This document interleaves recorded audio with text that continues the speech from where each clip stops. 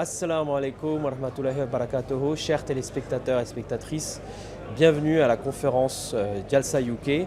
Donc nous allons aborder une session de questions-réponses qui est l'islam rétrograde ou avant-gardiste.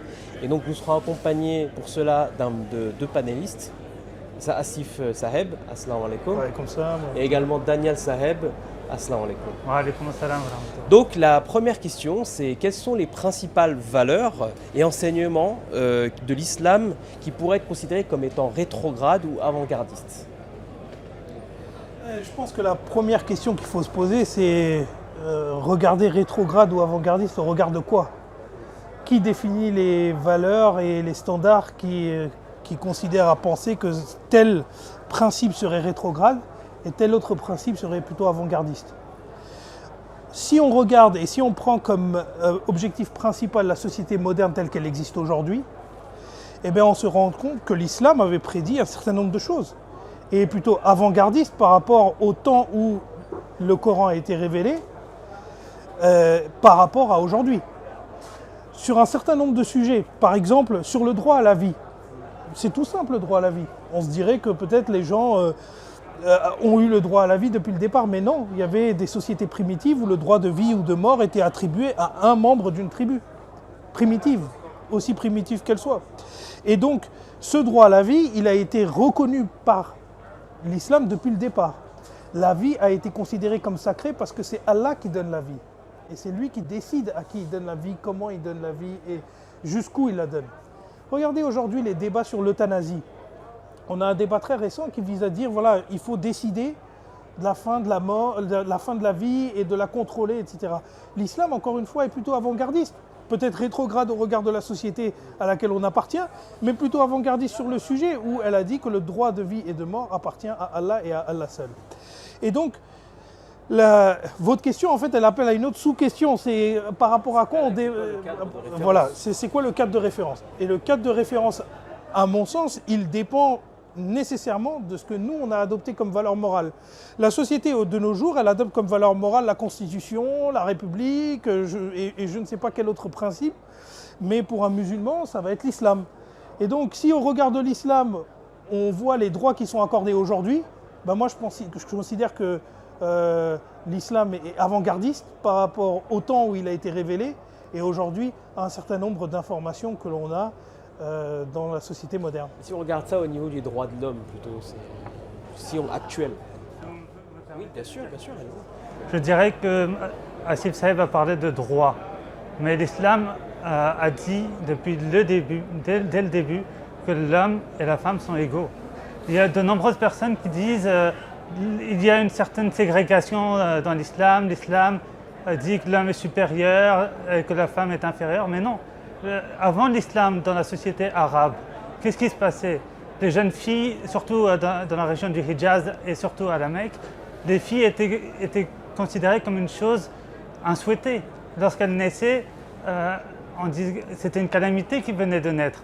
Mais l'islam a dit tout simplement, et avec la venue du saint prophète sallallahu alayhi wa sallam, l'islam a dit tout simplement que la fille et le garçon sont égaux. La femme et l'homme sont égaux. Et la seule différence qui puisse être faite, ce n'est qu'en termes de foi, ce n'est ni en termes de genre ou de toute autre chose. Donc ça, c'est aussi, vous parliez de droits de l'homme, l'islam est avant-gardiste sur cet aspect-là aussi. Et avant-gardiste sur les droits des femmes, puisqu'à l'époque, ils étaient considérés comme étant des objets. Là, ils ont des droits quasiment égaux entre hommes et femmes, notamment par rapport à beaucoup de choses. Donc, et en parlant de ça, justement, quelles sont les différentes interprétations de l'islam en ce qui concerne les droits des femmes et leur place dans la société? Pour revenir sur le point d'avant, juste une précision sur le point d'avant, parce que la discussion est intéressante sur la question de l'islam et des droits de l'homme. Je crois qu'il y a un auteur assez important dans notre communauté qui s'appelle Said Choudhury Zafrullah Khan. Et Said Choudhury Zafrullah Khan, il a écrit un livre qui s'appelle Islam et droits de l'homme. Et dans ce livre, il a comparé la Déclaration universelle des droits de l'homme, chaque article de cette déclaration, par rapport aux principes qui ont été établis par l'islam. Et il a réussi à démontrer que la Déclaration universelle des droits de l'homme, qui est arrivée dans les années 40-50, était arrivée bien tard dans l'histoire de l'humanité que l'islam avait déjà accordé tous ces droits. Alors, on les conteste, on dit que c'est pas vrai. Aujourd'hui, il y a une tendance médiatique à dire que l'islam n'a pas inventé ces droits, etc. Mais tout ça est bien évidemment faux. Et quand on essaye de lire et qu'on lit en détail le Saint-Coran, on voit que tous ces éléments-là ont été prévus depuis un certain nombre de temps. Surtout avec objectivité et bonne foi. Oui, voilà, parce que l'autre problème que l'on a aussi, c'est les lectures partiales et partielles du Saint-Coran. C'est ça. D'ailleurs, je me permettrais de dire, si l'islam a montré au monde cet aspect des droits de l'homme, pourquoi une autre religion ne l'a pas fait? C'est ça la question qu'il faut se poser. Parce que la société qui est basée sur la religion, le christianisme par exemple, il a une histoire très longue. On est en 2023 ans si on considère que Jésus est né il y a 223 ans ou peu importe. Mais le christianisme, dans la société européenne, la femme n'avait pas les mêmes droits pendant très longtemps. Et l'islam a été cette religion qui a mis la femme en avant. Et l'islam a dit la femme, c'est avant tout une mère, c'est avant tout une fille, mais elle peut aussi être médecin, elle peut aussi être juriste, elle peut aussi être scientifique. Donc la vraie question est que pendant l'histoire, c'est ce qu'on appelle l'âge d'or islamique. Pendant toute cette période-là, la femme a été avant tout en avant. Des fois, elles étaient même penseuses. Et ce n'a pas été borné qu'à une histoire, qu'à une limite régionale, etc. Dans tout le monde musulman, on peut parler de femmes qui ont été source de progrès pour l'islam, en tant que mère, mais aussi en tant que médecin, etc. Donc la vraie question, c'est que lorsqu'il y a eu toute cette époque d'or, de renaissance, non pas de renaissance, mais de naissance islamique, de savoir islamique, etc. À cette époque-là, l'islam a mis la femme en avant. Mais pourquoi à cette époque-là, au Moyen-Âge européen, pourquoi ce n'a pas été le cas? Et d'ailleurs, il faut se demander pourquoi aujourd'hui ce n'est pas le cas non plus pour les musulmans. Et c'est tout à fait vrai parce que, vous savez, ce que dit Daniel résonne d'autant plus que les droits qui ont été concédés aux femmes, aujourd'hui, c'est assez simple de dire à un moment donné de l'époque, qui est aujourd'hui en 2023, ah mais les femmes ont des droits. Oui, mais depuis quand? Et depuis quand l'islam les a accordés? Ça fait des siècles que l'islam existe en tant que religion. Donc qu'est-ce que l'on devrait chérir le plus? Est-ce une religion qui a établi des principes depuis des siècles, ou est-ce une civilisation qui, comme tant d'autres civilisations, a tendance à exister pendant un certain temps, décroître pendant un certain temps, puis renaître avec d'autres valeurs pendant un autre temps.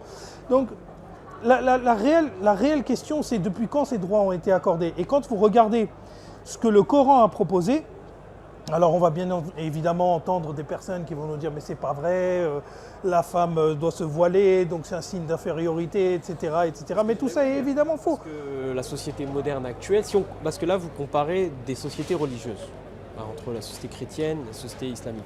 Il est clair que la société islamique a donné beaucoup plus de droits, ne serait-ce qu'on parle du divorce. On peut donner l'exemple du divorce.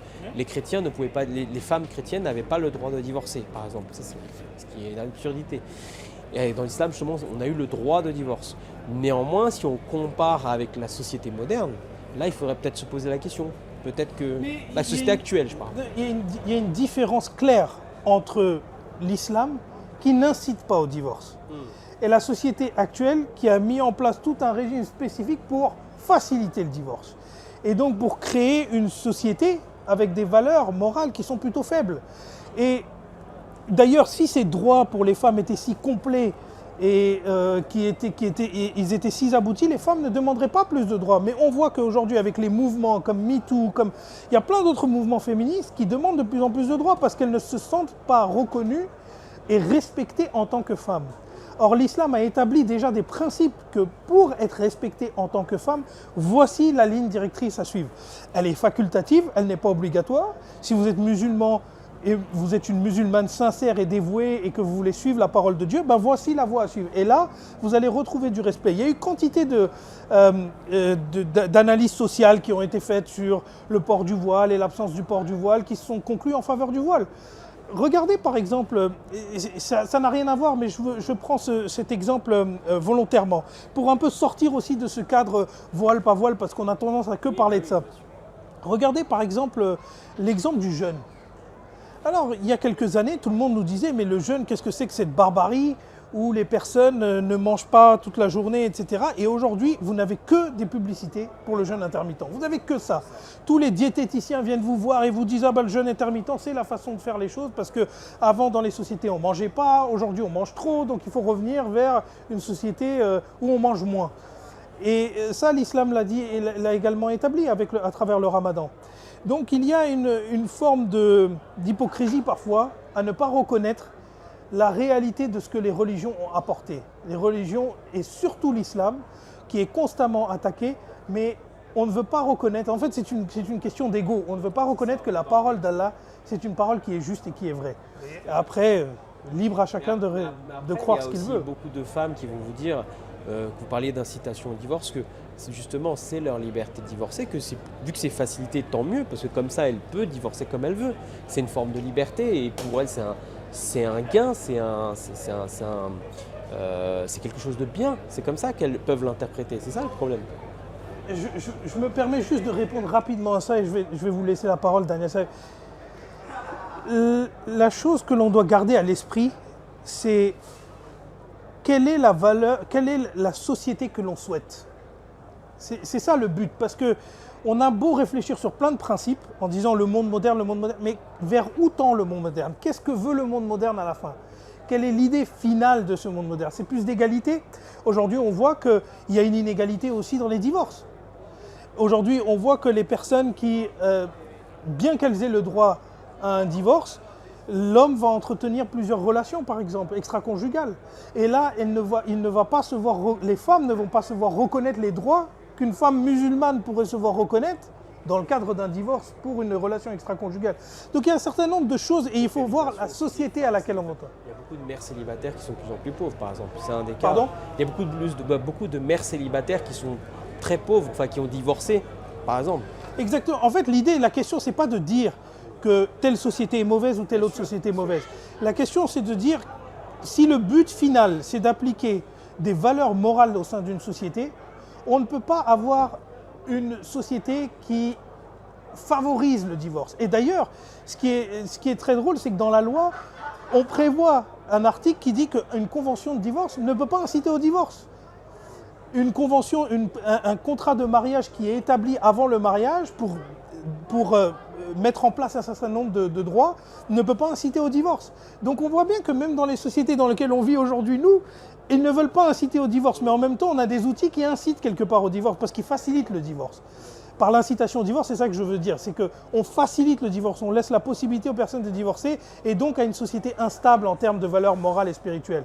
Après, ça ne veut pas dire que dans certaines situations, il ne faut pas divorcer. C'est clair. Jazakallah Daniel Seb. Et vous, Daniel Seb?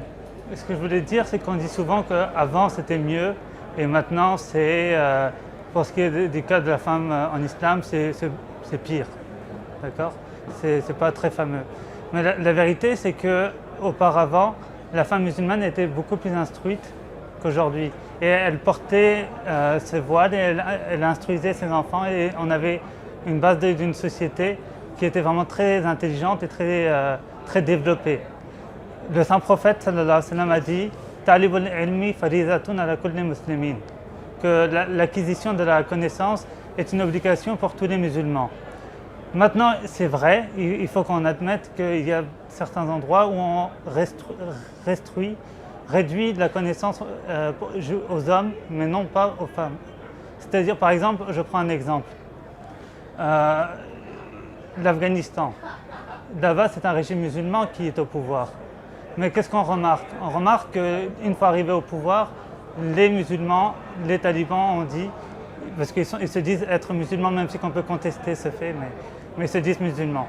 Ils disent l'éducation c'est pour les hommes, les filles et les femmes n'iront pas à l'école. Qu'est-ce qu'on remarque? Est-ce que l'Afghanistan est une société développée? Est-ce que l'Afghanistan est une société non, est-ce qu'elle est elle est au high-tech des sociétés, parmi les sociétés? Au contraire. Donc la vérité, c'est que l'islam est une religion qui a toujours mis la connaissance en avant, et l'islam a resplendi par le fait qu'il a donné une certaine connaissance, une certaine prise de conscience aux femmes. Et on remarque dans notre communauté, mais aussi parmi toutes les femmes musulmanes qui sont éduquées, qu'une fois qu'elles sont éduquées, elles portent le voile tout en étant éduquées, tout en vivant dans cette société européenne instruite. Le voile ne veut pas dire rétrograde, au contraire, le voile est une protection et on incite, nous, par exemple, dans le Jamaat, les dames à de plus en plus étudier, à étudier et aller loin. Vous savez quel est le pourcentage des femmes instruites parmi les femmes musulmanes Ahmadi? Il est de 90%. Il est de 90%, et ça montre que dans notre Jamaat, qui est le vrai islam, nous sommes vraiment regardez nos sociétés, à nous aussi, nos maisons, notre façon de vivre, nous ne sommes pas archaïques. Et comment aborder, comment l'islam, on va parler d'un autre sujet, comment l'islam aborde la liberté d'expression? On n'a pas beaucoup de temps, mais il faut aborder ce sujet. La liberté d'expression, vous savez, c'est un principe que l'islam a toujours chéri de toute façon. On a beau, encore une fois, dire que la liberté d'expression en islam, ça n'existe pas, mais la consultation a toujours été un élément essentiel dans l'islam. Et la liberté de pouvoir s'exprimer, de pouvoir exprimer une contradiction, ça n'a jamais été impossible en islam. Donc la question de la liberté d'expression, vous savez, elle n'est jamais posée sous l'angle qu'est-ce que l'islam propose en termes de liberté d'expression.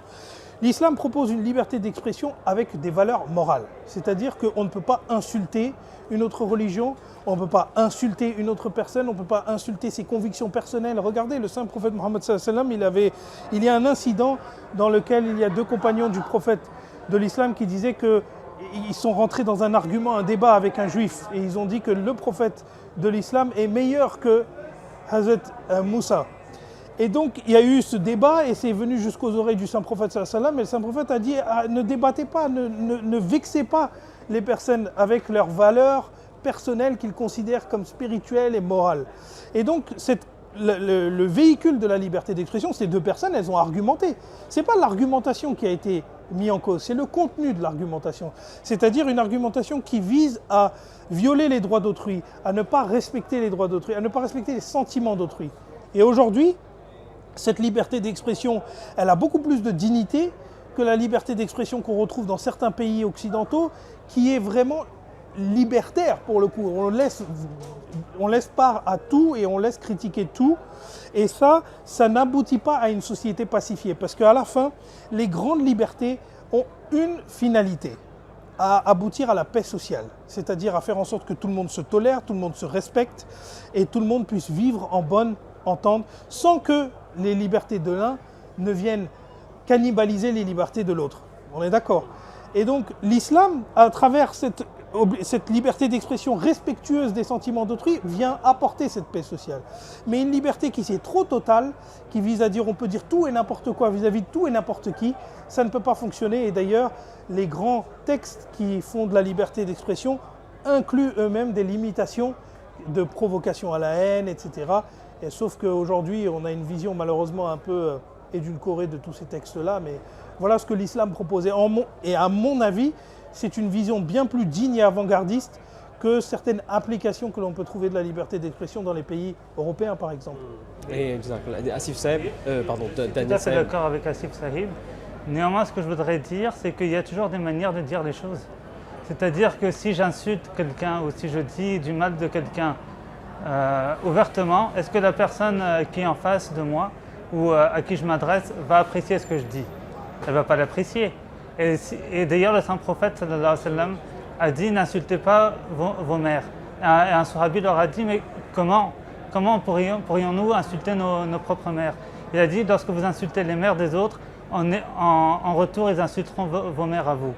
Donc une société pacifiée, c'est une société dans laquelle il y a le respect.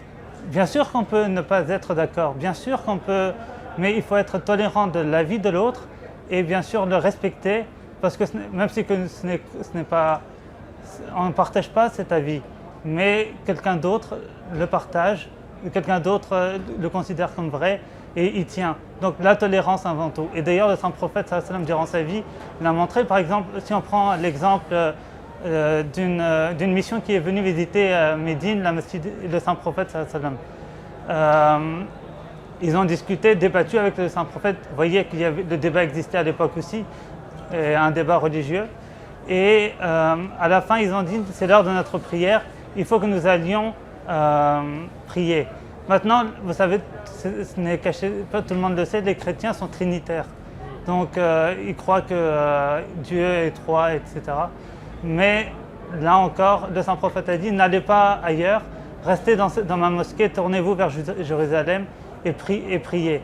Donc, la tolérance avant tout. Et on remarque que des fois, la liberté d'expression et la tolérance ne vont pas de pair. Et c'est vraiment dommage. Là pour vos interventions, très très intéressantes. Nous allons conclure du coup cette session de questions-réponses. Il va y avoir là, on va basculer sur les interventions extérieures de Talha Saeb qui va nous présenter une exposition photo qui est dans le Jalsaga. Assalamu alaikum wa rahmatullahi wa barakatuh. À bientôt, Inch'Allah.